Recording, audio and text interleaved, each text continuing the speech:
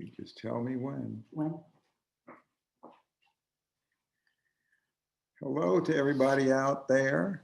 It's George Gruhn, Gruhn Guitars, for our weekly question and answer session on Zoom, Facebook, and later on YouTube, April 16, 2021. It's been a busy week. Lots of interest in guitars, which, as I was talking about last week, I think is truly not a temporary blip caused by pent-up demand after COVID virus sequestering, leaving people either with stimulus money or just boredom and nothing better to do than play guitar. I think that truly what's happening is that generation of the millennials is coming of age, having a midlife crisis, just like the baby boomers did in the mid 80s, which fueled a tremendous boom in the market at that time. And these days, the boomers are retiring, often downsizing, occasionally just dying. Some of their instruments are coming on the market, and there's a new group of buyers who are very much sincerely interested in guitars, the millennials, and they are buying and collecting. They're also finding that they like good quality new instruments as well as the old ones. And today, there are new instruments that really are remarkably good, because the quality of new instruments from major manufacturers, Martin, Fender, Gibson, Taylor, Guild, Collings, Santa Cruz, Larrivee, it's really never been better in the history of these companies during my lifetime.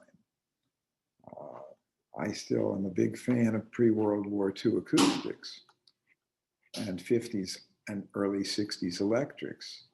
But the fact is, when I was growing up, me and my generation, baby boomers, the new instruments that were available when we were in our formative years were not anywhere near as good as the vintage ones, and were nowhere near as good as the new ones are today. So today, new ones are more affordable than anything vintage that sounds nearly as good. And generation of millennials grew up at a time when they're quite accepting of new as well as used and vintage, but all categories are doing well. The guitar market is remarkably healthy, and we at Gruhn Guitars are selling a very good mix of new, used, and vintage instruments. We have a group of plenty good questions to start with. Stephen Chrysophilie writes, is Gruhn Guitars taking outside repair work? And if so, what's the normal turnaround time for a neck set? We are taking in outside repairs. A neck set on an acoustic guitar is a job that requires very considerable skill and is time consuming, and typical turnaround time is likely to be 6 to 8 weeks to have something like that done. And it is a job that runs in the hundreds of dollars. It varies depending on type of guitar and just how difficult that neck is going to be to get out and reset properly. But typically, neck sets on acoustics are needed because after years of string tension, the body will deform slightly, and rather than trying to reshape the body to bring things back in alignment, what we do is we take the neck out and reset it to the way the body is now, which is quite stable. So a neck set on an acoustic is much more commonly needed than on an electric. The string tension on electric guitars with light strings with a plain third is much, much less than on an acoustic. So, and if a neck set was needed on something like a Fender with a bolt-on neck, that's something that can be done very, very quickly. That's a job that takes under an hour to do. Whereas on an acoustic guitar, you have a whole different set of operations to do. So that's why it can take a good while, because we do have a backlog and because that is a job that does require very considerable skill. Michael Cruz asks, for a Gibson lover on a budget, can you recommend a solid body that is not an SG or a Les Paul? Well, the fact is, if you are a Gibson lover on a budget, there's lots of different levels of Les Pauls and SGs. And there are budget Les Pauls that still sound and play like a Les Paul. If you get a Les Paul Studio, that's way cheaper than getting a Les Paul Standard or Les Paul Custom. So you don't necessarily really have to get something that's not a Les Paul or an SG. You can still get the Studio, which is very much trimmed down so far as ornamentation, but still feels good, sounds like a Les Paul. But during the 70s, there's numerous other models, such as the Victory models, the RD models, the L6 model. There's plenty of other options, but the point is, if you're on a budget, many of these other models are today not one iota cheaper than getting a various different model version of a SG or a Les Paul. So you really don't have to shop for other models if you are on a budget. You just don't get one of the highest priced models of Les Paul or SG. Chuck Dennison says, my 1965 single 018 Martin has an Adirondack spruce top. Does that sound right? When 65, it probably doesn't have an Adirondack spruce top. It is far more likely that it is a Sitka spruce top. I would not expect to see Adirondack spruce on any Martin from 1965. It's possible some occasional piece may have slipped through, but not very likely. So we do see some Adirondack spruce in the 50s, but by the mid 60s, this is not something that we would expect. The ones that we do see from the 50s have a much more golden color as they age, whereas Adirondack typically has a slightly reddish brown cast to it, sometimes not so slightly, sometimes it's distinctly reddish brown. And that's a clear sign it's definitely not Adirondack.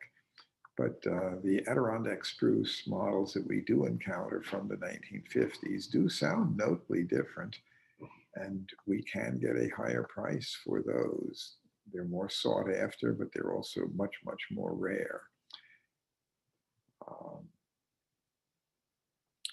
Alex says, it seems Martin and David Gilmour have recently teamed up to make a Sinker Mahogany D35 12-string model with a Carpathian spruce top. I'd be curious to hear your opinion on the comparison of this model to your own Sinker Mahogany 12-string model.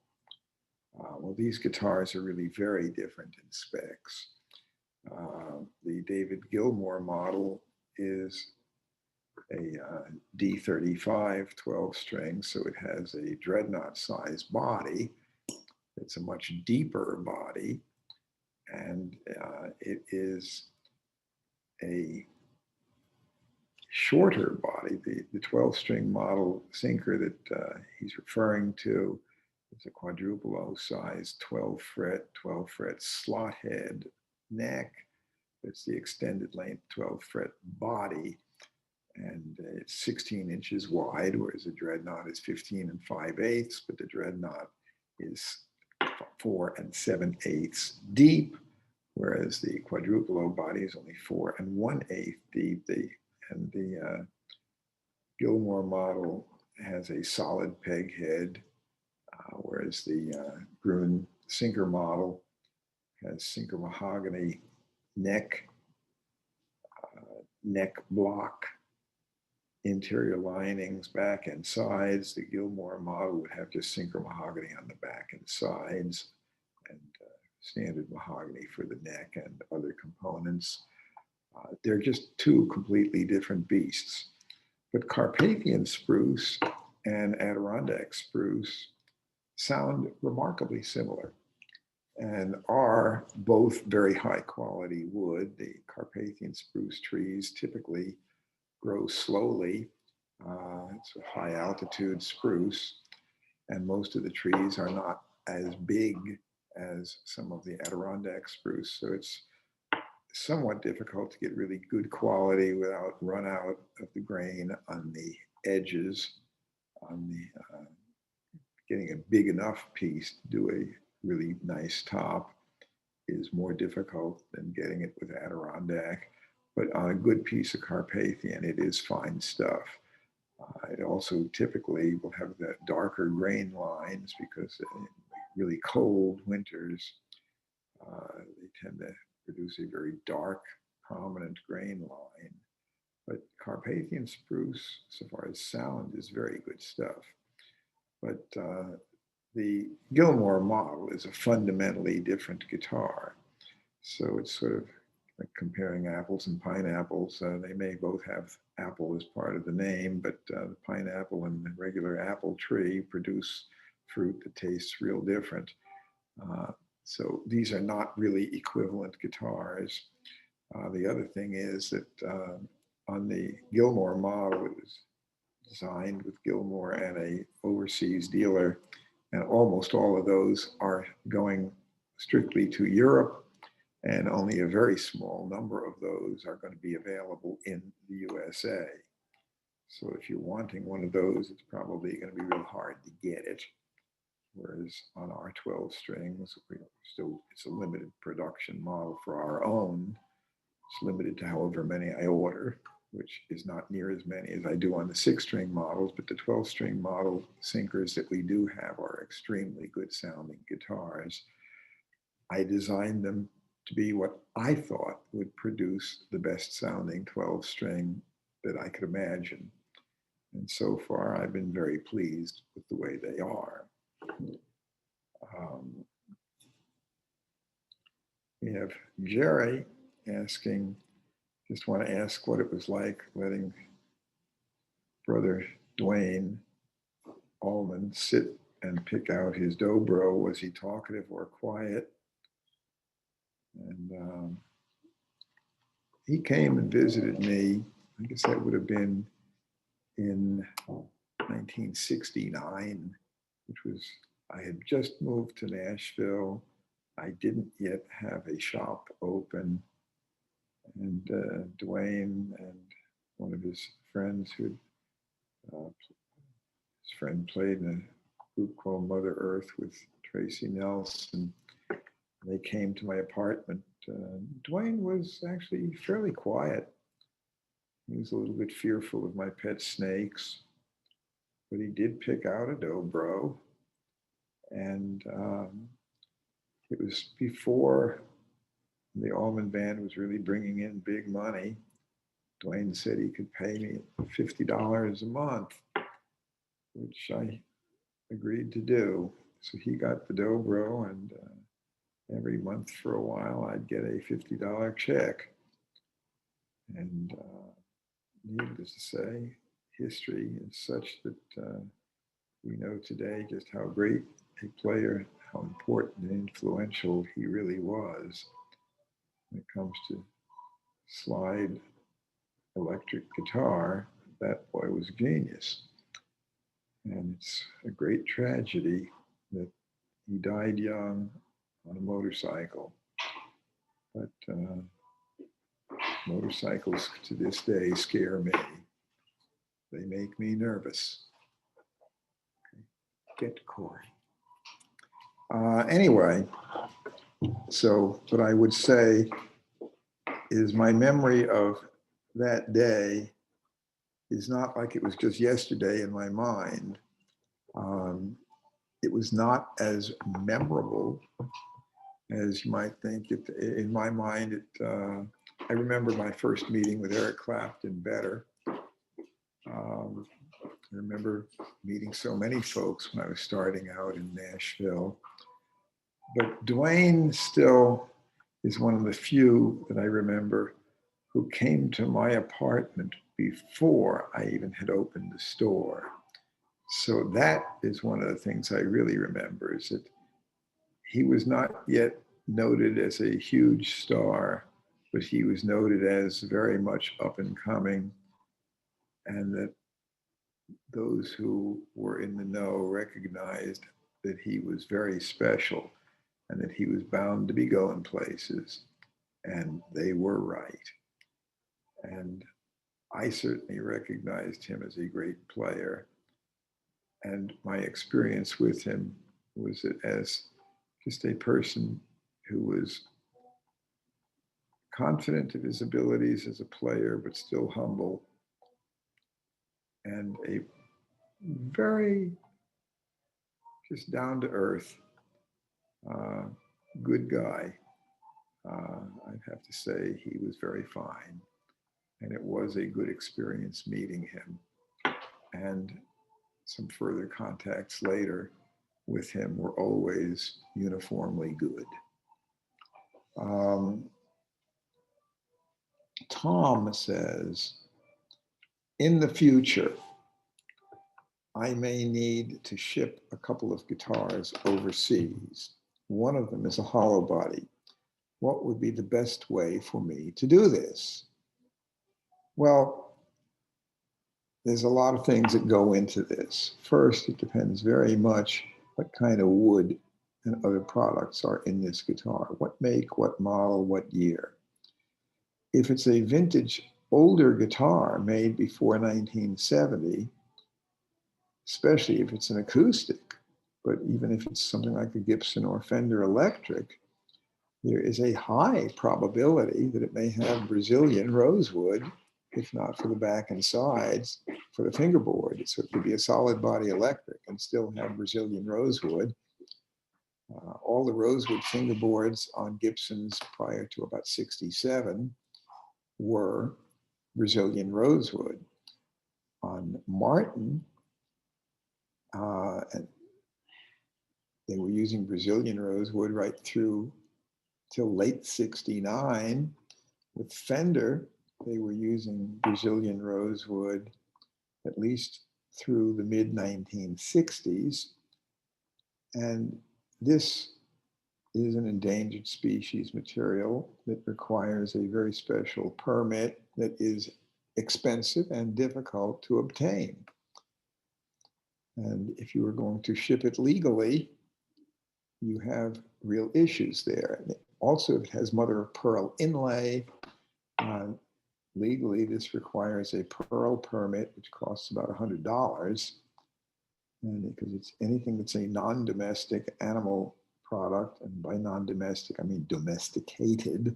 So if it's cow bone, there's no permit needed. But if it's ivory, that's really tough. You can't get a permit at all. You probably just have to remove the ivory and have it replaced with bone.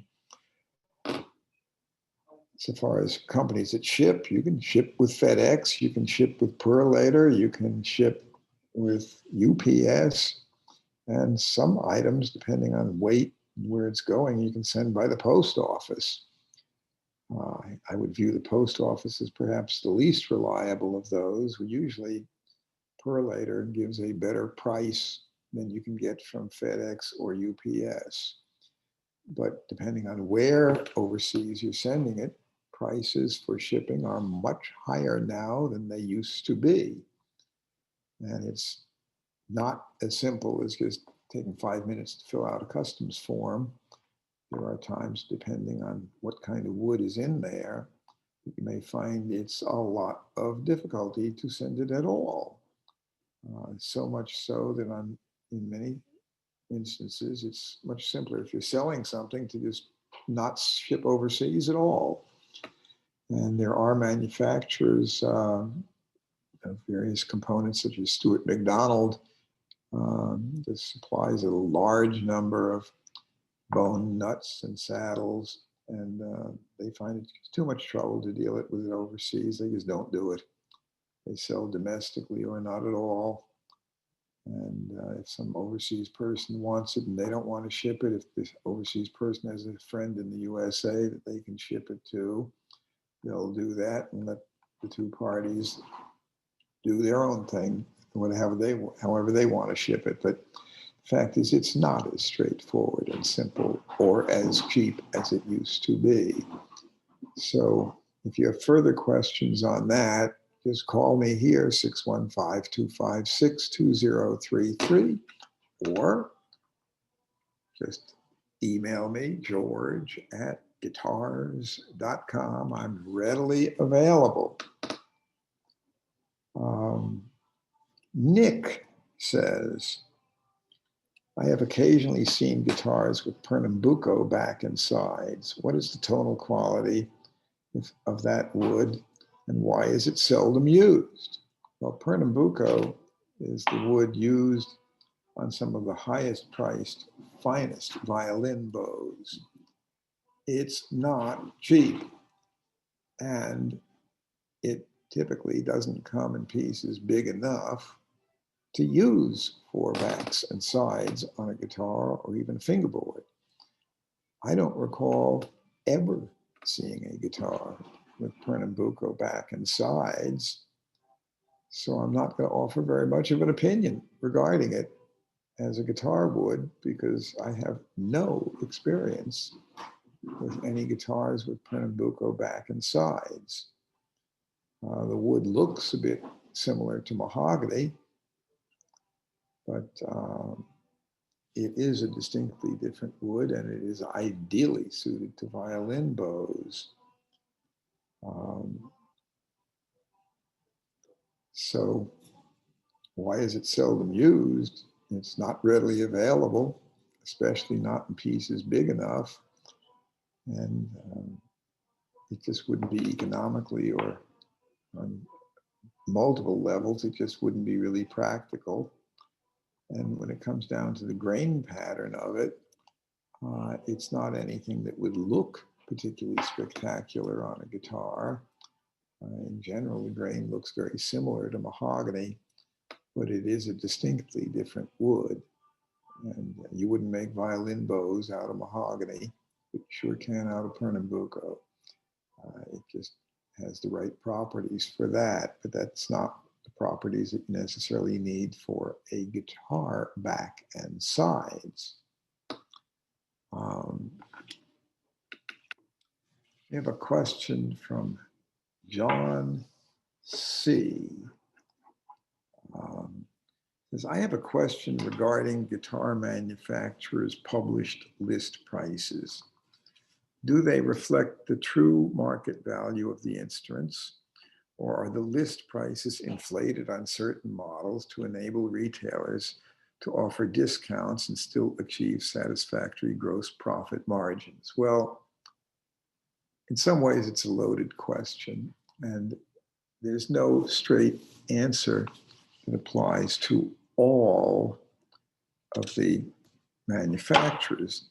Each manufacturer has his own system. And when it comes down to it, the prices that Martin publishes these days are no longer MSLP, manufacturer suggested list price. They are MAP, M-A-P, minimum advertised price. The minimum advertised price gives the dealer a decent profit margin, but certainly not anything outrageous. Dealers are not doubling their money. Sometimes we wish we could, but nope, we don't. But Martin's minimum advertised price also does not permit the dealer to advertise lower.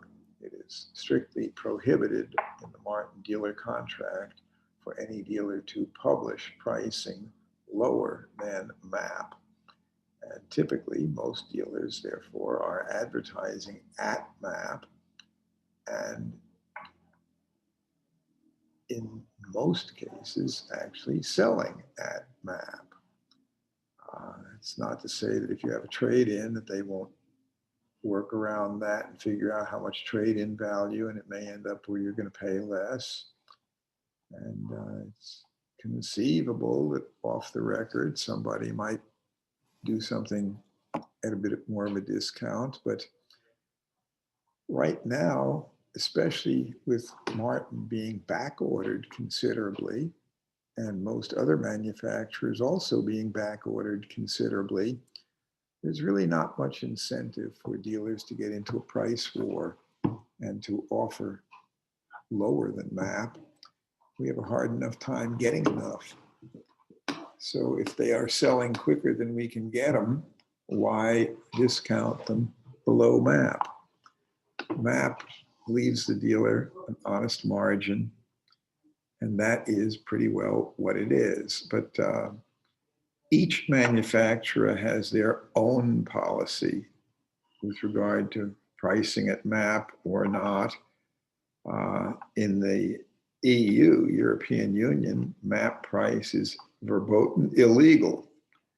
And there are price wars going on in the EU, with Thomann in Germany being the biggest dealer in the EU, pricing instruments low enough that it's driving many of the small retailers out of business, which is not ultimately a healthy thing for the market. But the point is, MAP price these days is pretty much what the market is doing. And it is, in my opinion, a very legitimate price and is better than the older system. It used to be that many items had a list price that was double the dealer wholesale, but some companies priced giving the dealers a 40% discount off of list, whereas a few manufacturers gave only 30% off of list. So for the public, that might be confusing. And for the dealers themselves, it might be a little bit confusing, but that's the way it was. So they're not all the same. But these days, most of the companies have a MAP policy, minimum advertised price. And in the market as it stands right now, that minimum advertised price in most cases is the real price that dealers are going to expect the customer to pay. I'd like to introduce Corey. We've got a question that is right up his line. And here he is.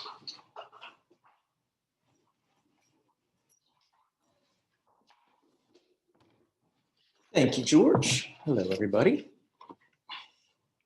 So, a good friend of ours sent in a question, an excellent question, asking about Fender instruments and how do you look to determine what they are and what they are worth. I'm sure people have had this thing where you walk into a shop or you see something and you're like, oh, I wonder what that is. Wow, it's got some checking on it. I know it's a new piece. It's got a maple fingerboard. It's a two-tone sunburst. So these are the clues. Fender does have different levels of what they do from their custom shop, but even their production line. In their American, they have the American original 60s, original 50s line. And they're leaving you clues if you don't have the little label that's still stuck on the instrument, on the pickguard that tells you what it is when you first see it hanging on the wall, or when you see it online in a photo. Um, with the 50s line, the American 50s line, it'll have generally a single ply pick guard. It'll be a sunburst finish, maple fingerboard. 60s, it'll have a beveled, maybe a mint green guard, rosewood fingerboard. Um, so that's kind of how you can look at the production stuff. But now we get into the custom shop stuff. There's so many different levels, and there's many factors that determine what it is, and how much it's worth. What it is first is what you have to determine. So this is how we would do it. I would look for the clues that Fender's builders would leave us. I would look at the pick guard, look at the neck material. Is it a rosewood fingerboard? Is it a maple fingerboard? What kind of bodywood are we using? Is this going to be a early 50s reissue Strat? Is this going to be a 52 reissue Telecaster? Do we have an ash body? So those are some of the clues. String retainer location. Where is the the decal? What the logo looks like? Is it the spaghetti logo? Is it the transitional logo? What kind of finish do we have? How thick is the finish? Sometimes on the custom shop pieces, it's very hard to determine exactly what it is, and then you say to yourself, "Wow, this is a thick finish. This has got to be that NOS instrument, not the Closet Classic, because of the way that the finish is." So there's a lot of factors that go into determining what it is that we have here. Once we figure that out, then we can determine value. And this gets a little funny as well, because it's really on a case-by-case basis. Say that you bought a relic, a Journeyman relic. Well, it's a 59 Journeyman relic Strat. It's not supposed to really be beat up. It's supposed to kind of be a little bit. Maybe there's a little bit of checking. Maybe there's a couple of scratches and dings, maybe a little bit of belt wear on the back of the guitar, but a very little bit. But what happens when somebody comes to you and says, "Hey, check out my Journeyman relic," and it is beat to heck. I mean, just played and beat up, and at one point maybe it was just lightly relicked, but now it's a little bit more beat up. Does that change the value of the instrument? Case by case basis. I'm going to keep saying that because it really is. It's an instrument by instrument basis. If something's really supposed to be beat up and it is, well, great. If something is not supposed to be so beat up, but it is, well, how cool is it? What's the vibe here? What was it originally supposed to be? That's the instrument by instrument basis that I'm saying. There's the heavy relics, there's the light relics, there's the Closet Classics. But again, it's on a instrument by instrument basis. And you can use your own judgment on what you think. Again, like I said, it's going to be determined by what was it originally supposed to be when it was released from the custom shop. We've seen the production stuff, the road worn stuff. Generally, that's, it's very obvious what that is when you see it. But some of the new old stock, the Journeyman relic, if you've ever been on Fender's website and checked out their custom shop pieces, their heavy relics, they do some fantastic jobs with color over color, Fiesta red over sunburst. You can actually see the sunburst come through up by where your arm goes over, and in some other places, and it's very cool. But again, determining the value is going to be on an instrument by instrument basis. It's almost like you have to be an investigator and a forensic investigator and find the little clues, but the clues are there. Anyway, with that being said, I think I've I've touched on this for our buddy George. And of course, you could always email me. My email is Corey, Corey, @guitars.com. You can call me at the shop. But I love getting emails, and I definitely always answer them back. So don't hesitate to email me. All right. Thank you, guys. I'm going to give you back to George.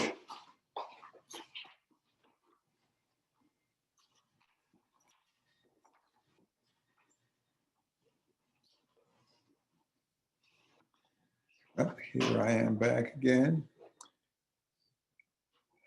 After 51 years in business, I still enjoy coming in every day.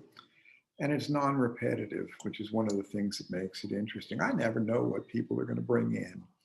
So sometimes I feel like, you know, we open up boxes and it's like Christmas or birthday, opening up things and seeing new ones, used ones, and genuine vintage, or people bringing things in for appraisal or to sell or trade.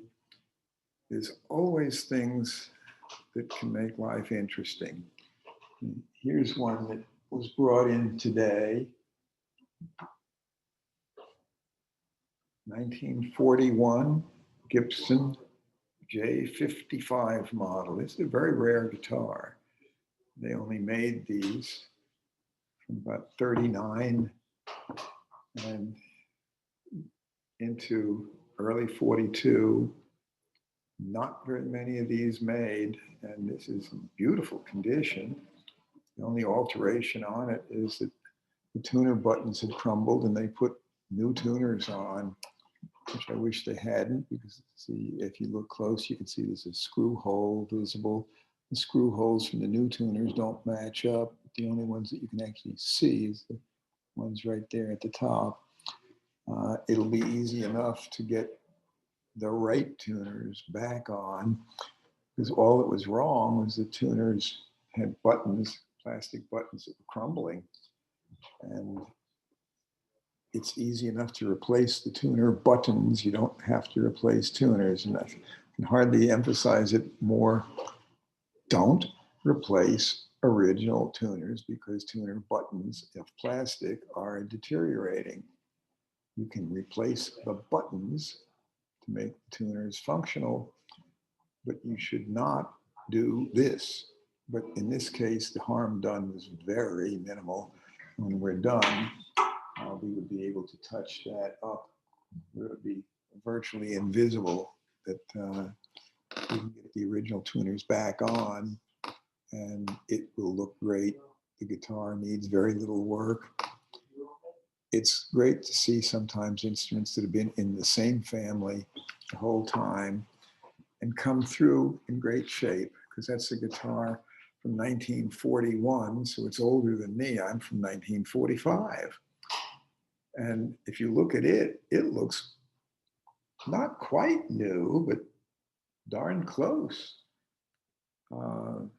It has less wear than some 2 or 3 year old guitars I see. Depends how you care for it. If you take care of them, they last.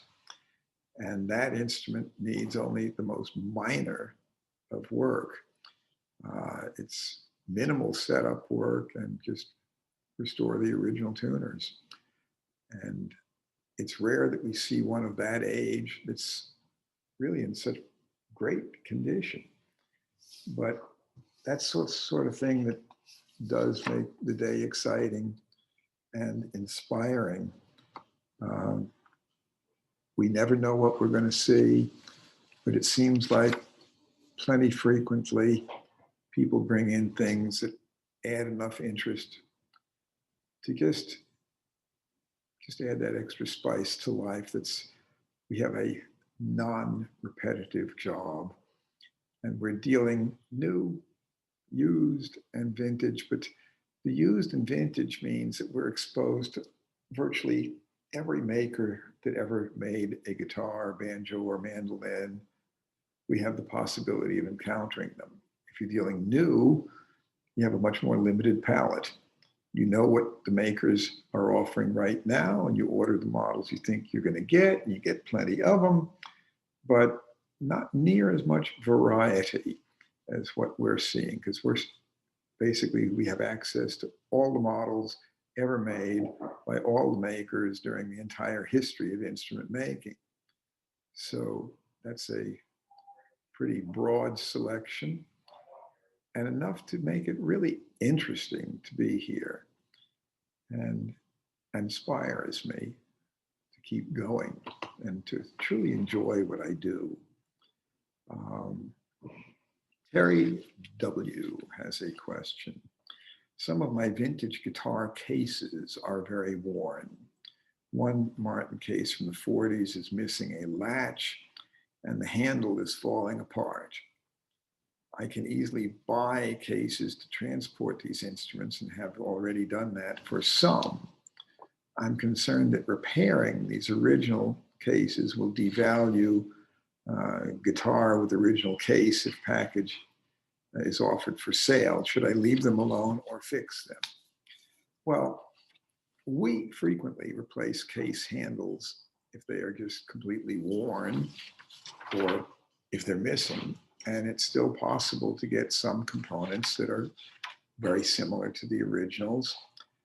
And if you can fit it onto the same mounting hardware as the original handle, then great, do it.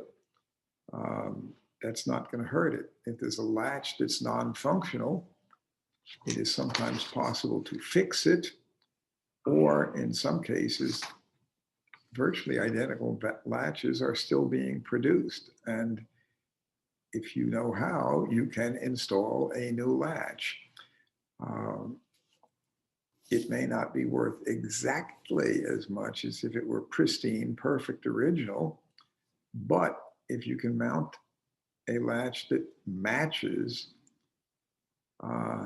do it properly, it's worth more to have a functional case with a latch that works and looks right than to have one that is non-functional that you'd be afraid to carry your guitar in. Keep in mind that cases are subject to much more wear than the instrument. They are designed to protect the instrument and to get the brunt of the wear rather than having the instrument all scratched up. So it's normal enough if that case has been used, especially by a professional player who travels around a lot. The case may look a bit beat, but the instrument may look great. Original cases, especially for models that really are worth a lot of money for the guitar, the cases also add value. And collectors like to have an original case if possible. But nobody's checking to see if their Stradivari violin or Guarneri has its original case. Those violins have been reworked over the years very significantly. And we're not expecting to see a case that's 200 years old or more that is still in usable condition.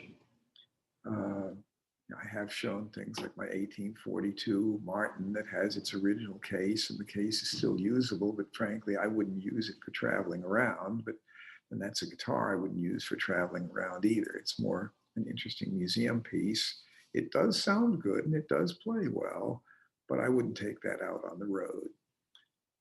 It would still be interesting in the studio for some special projects, but when it comes down to just sound, even there, I have guitars I'd rather record with. But in this instance, talking about cases, we would suggest fixing cases to be usable if you can do it right. And often a place that does good luggage repair would be if they were servicing high-end luggage, which most places don't hardly talk about anymore, but if some places like a dealer in Louis Vuitton luggage or that kind of thing, if they have a person they recommend to do luggage repairs, they're likely to do a fine job on a case. But again, keep it as original as possible. And you don't have to try to make everything look brand new. Cases do get more wear than the instruments. But fixed to be usable, and cosmetically looking correct is worth more than unusable, pristine original old pre-World War II cases probably shouldn't be taken on the road. They should be kept at home, and if you're going to play the instrument, travel with something else. The original cases are fragile, especially when they're that old. And you have new cases available today, such as Calton or Hoffy, if you're going on the road, that are much sturdier than the old ones. Better protection for the guitar and better to leave the original case subject to as little wear as possible, because the case itself is collectible.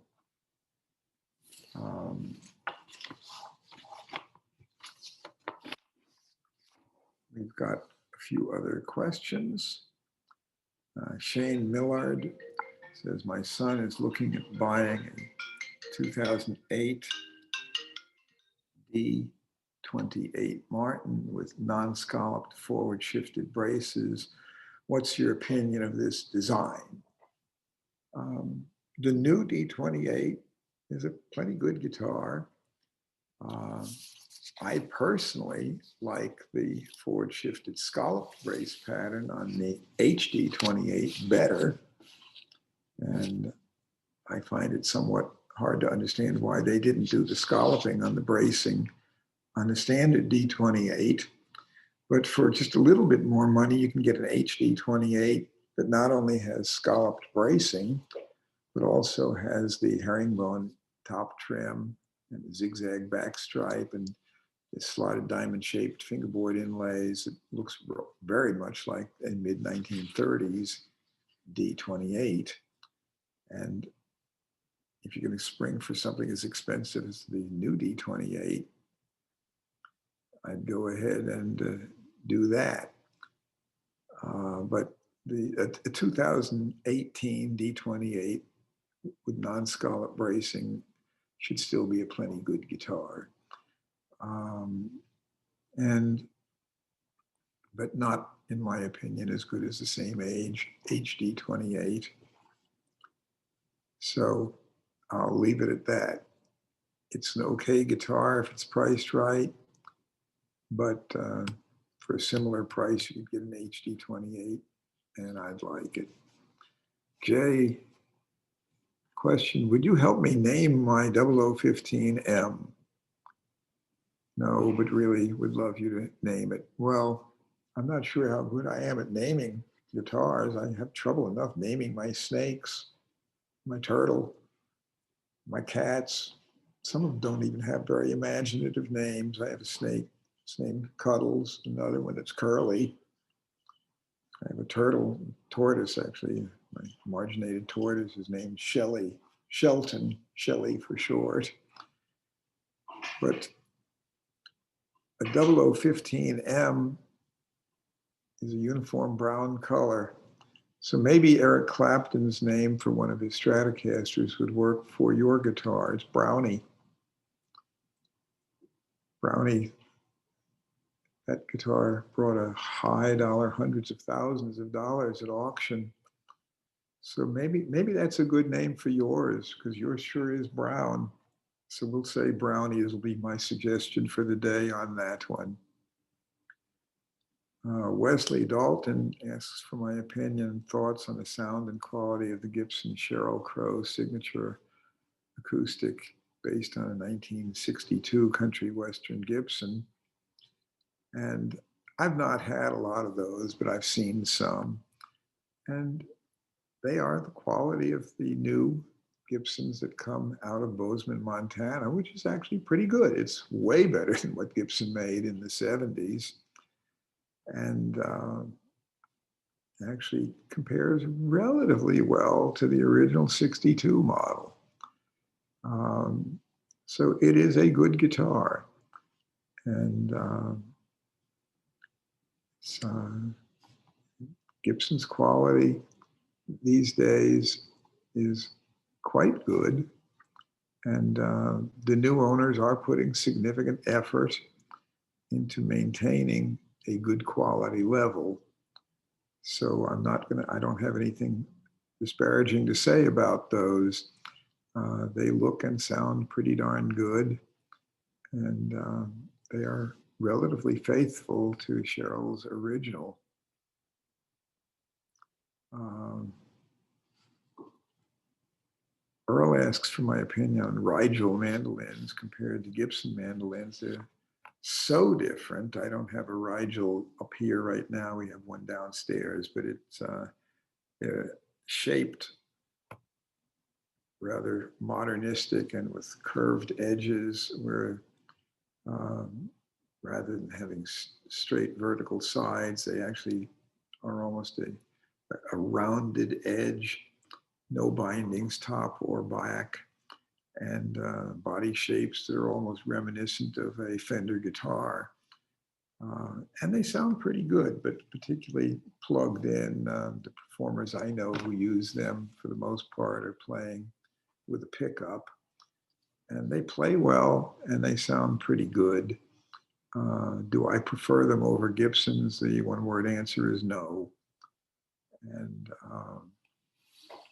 I'm going to stick with the fact that I think that the Gibson F5 model of the 1920s is pretty well the ultimate mandolins ever made. And nobody has come up with a mandolin design that makes that obsolete. The Rigel is very modernistic looking. They are well made, but they certainly don't do anything to make the original obsolete or to really improve upon it from a player's point of view. Gene Johnson with Diamond Rio plays a Rigel mandolin as his prime stage instrument, and he owns an original or signed F5, which he used to play extensively and still records with. But for stage use and with a pickup, he likes his Rigel just fine. And it has served him well for quite a few years. So there's room for quite a bit of variety. And especially if you're plugging in and playing electric acoustic, then you have options. So Rigel makes a good mandolin, but it's a very small company. Basically, it is not competing with a large market share. The number of Rigel mandolins out there is very limited.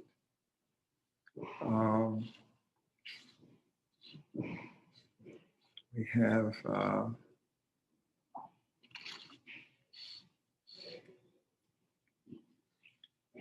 one from John A. responding about what I've had to say about baby boomers and their midlife crisis. And he says he was born in 1952, which puts him at soon to be 69 years old, purchased his first guitar in 64, which is just 1 year later that I purchased mine. I didn't start on guitar until pretty late. It was first freshman year of college when I started and got my first guitar.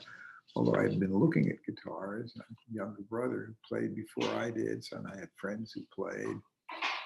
But he says that he worked for the first 45 years before retiring 4 years ago. For the first 20, he was an officer in the U.S. Coast Guard. Last 25, a government employee in Washington, D.C. During that time, the only guitar he had was a Martin 0018 purchased in 70. Raised a family of 4 with a wife who was a stay-at-home mom. Any money was either used to support the family or funneled into savings and 401k. Now that he's retired and the kids are on his own and the wife he had moved to North Carolina, he's buying guitars. And so he's acquired a Synchro D18 from us, a Quadruple 021 from us, a D21 Koa Cocobolo. That's Cocobolo with Koa binding from us, as well as the Goodall Gibson and Santa Cruz guitars that he'll pass on to his children. Well, that's not unusual. But the point is, a lot of folks, upon retirement, or many on their middle-age crisis, do exactly that.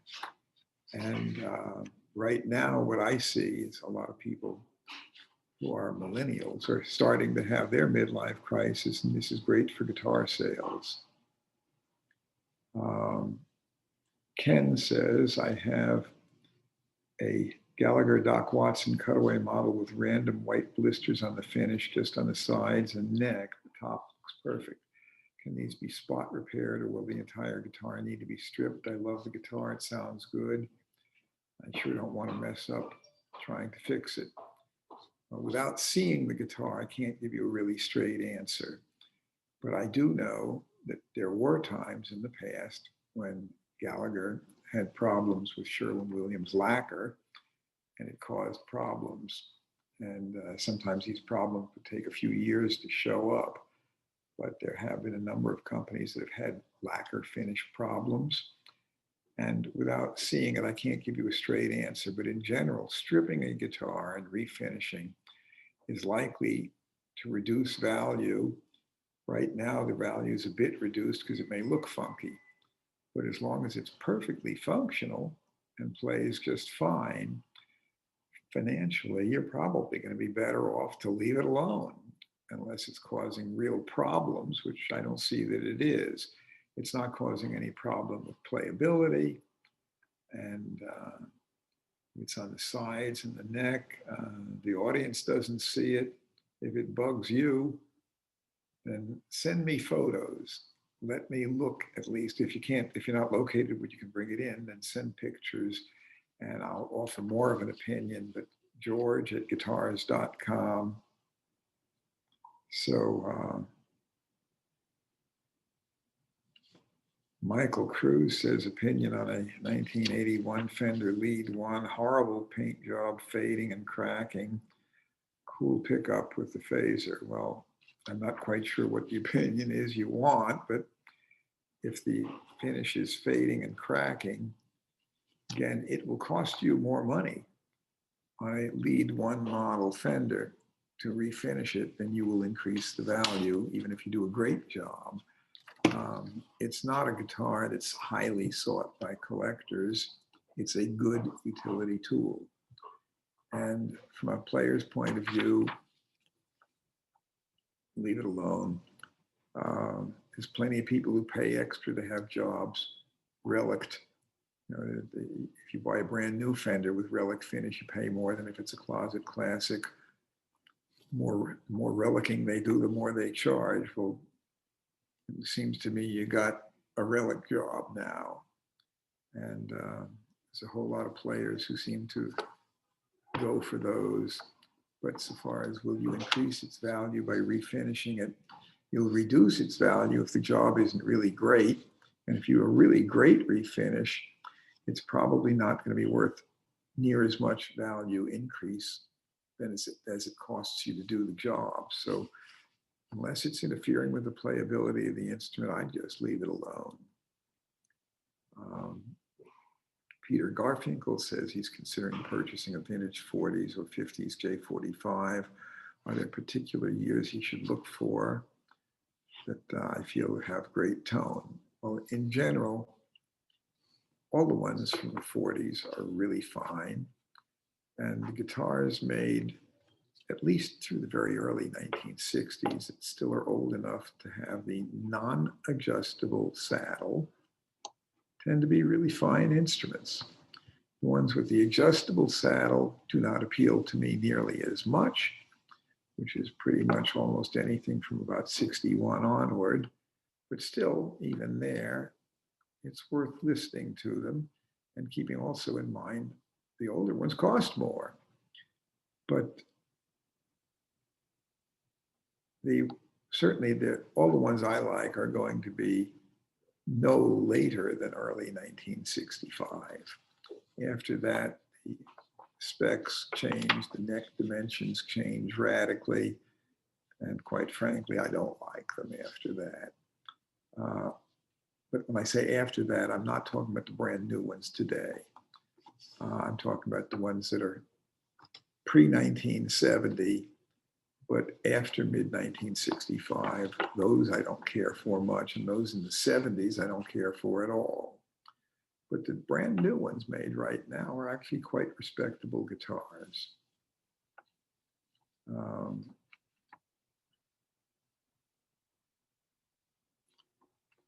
John Parsons says he's noting that the Vince Gill Telecaster style with a modulus neck is still listed for sale, and yes, it is. And what's my opinion regarding modulus necks in guitars?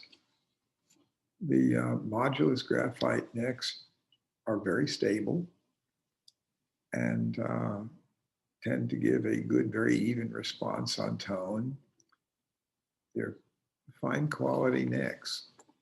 They're not identical to a wood neck, but they actually cost more than a wood neck, and they're good.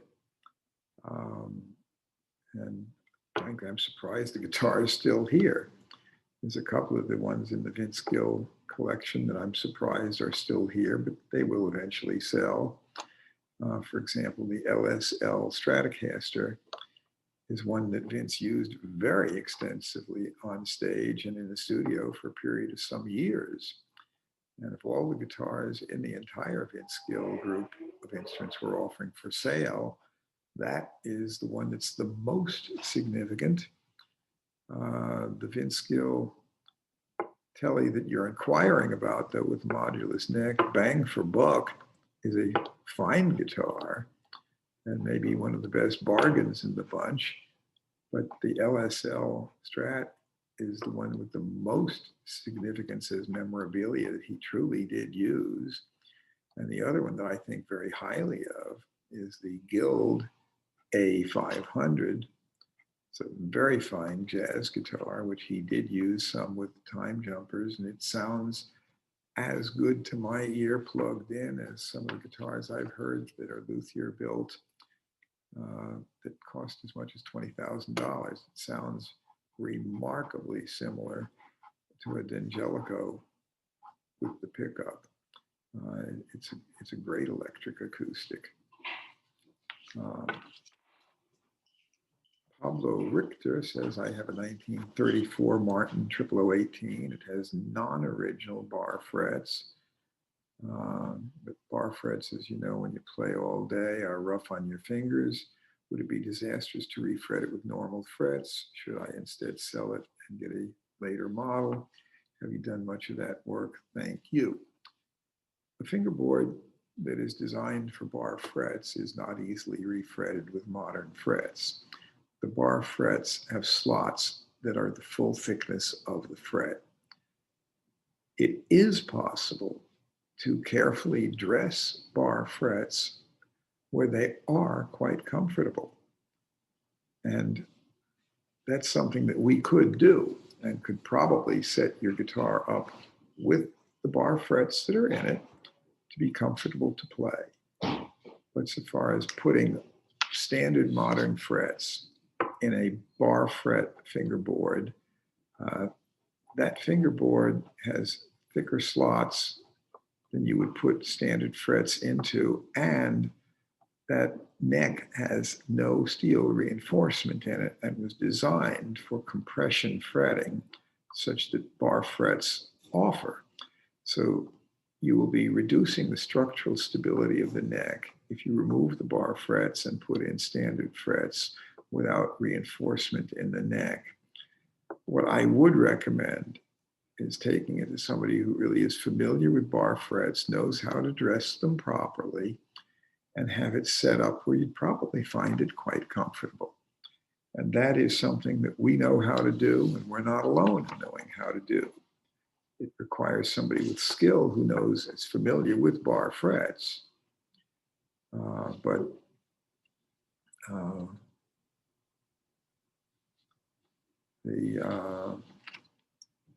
Lauren Michael Friedman says, do you have a preference for custom shop quadruple O 14 fret Martins versus the OM or the 000 size 14 fret model in a sinker mahogany.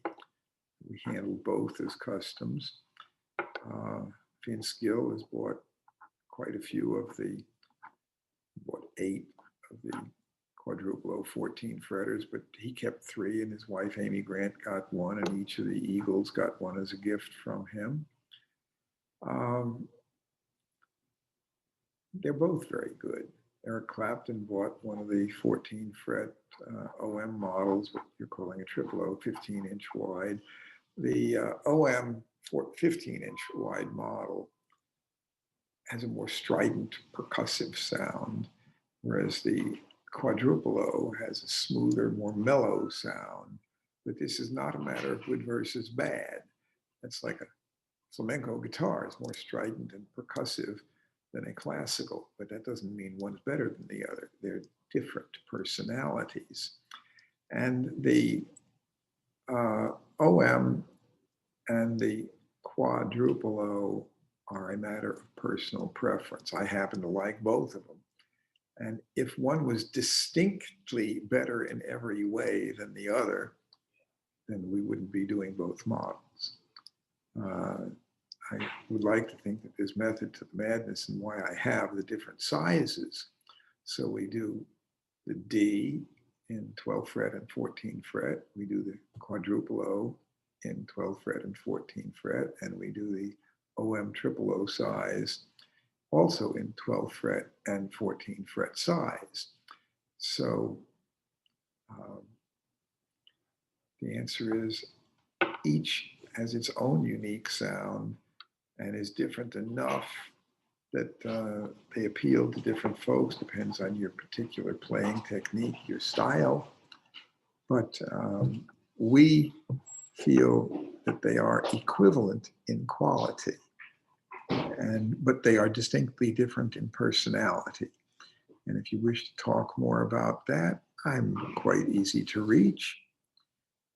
615-256-2033, the phone, and george@guitars.com for my email. And I do respond very promptly. I'm in 6 days a week, very reachable, and 7 days a week, I do check my email. So if you email me, it may or may not be answered during shop hours, but if you send something late in the evening, you might get a late in the evening response. And if I wake up in the middle of the night, check my emails, you might get a 3 a.m. response. Sometimes I have erratic sleep habits, but I can sleep a normal number of hours, but I don't always do it in one stretch. So I can do it my way, but I do answer all of those emails that come through to me. So if any of you have other questions, I'm happy to respond to your emails and your phone calls. I'm plenty easy to reach. I don't claim to know all the answers to all questions, but generally between me and my staff, we can do pretty well on almost all your questions. But I'm not claiming to be omniscient at this point. If I ever become omniscient, I'll let everybody know right away. And by definition, if I were omniscient, I'd know exactly when it happened that I achieved that. But it hasn't happened yet, and I don't expect it to. But I can tell you that I have staff members who know a lot. And if it's a question about amplifiers, I have people here on staff who know more about them than I do. And if it's about Gibson banjos, Joe Spann, who works with me on appraisals, definitely knows Gibson banjos better than I do, although I know them pretty darn well. Joe knows more about them than anybody else I've ever met. So between me and the staff, we can do pretty well answering the vast majority of your questions. There are some items that I don't have much opinion on. For example, Larry asks for my opinion on the Yamaha FG series guitars coming out of the China factory. And on that, I'd have to say that that's outside of my area of expertise. I can at least say that Yamaha is a huge company, and they are handling everything from pianos to guitars to, you know, all sorts of horns, everything else. And in their price bracket, they do remarkably well. And they have some electric acoustic guitars that are remarkably versatile. And I have respect for what they do. I'm not a Yamaha dealer, and I don't typically handle used Yamahas, but it doesn't mean that they aren't good. It's outside of my particular field of expertise, but I can tell you that they make some very fine stuff in the price bracket that they're in. And that pretty well covers. There's one last question. Jeffrey asks about a Washburn, and that's another one where he says it's my understanding that Washburn distributed guitars, but it's not necessarily the maker of any given guitar. Is there information you could provide on who would have made this guitar? And he gives a serial number. I would have to say that Washburn is a company that does importing from a wide variety of different sources. And over the years, you can have the same maker, brand, Washburn, but it could be made in a variety of different factories. They'll shop them around and they'll switch at times. The only good way I have of answering your question is to say that Washburn is, as an importer based in the Chicago area, they have a USA phone number. They have email. You can go online and get their contact information and see what they can tell you, because nobody's going to know better than they do on that. But what I can tell you is it will be an import. The original Washburn name was a Lion and Healy brand name, but they sold their factory in 1928. So the stuff made now is all Asian imports. You can contact them and they'll help you. Anyway, that covers it for this week. You know how to reach me if you need to, 615-256-2033 or george@guitars.com. Look forward to helping you. Have a good one.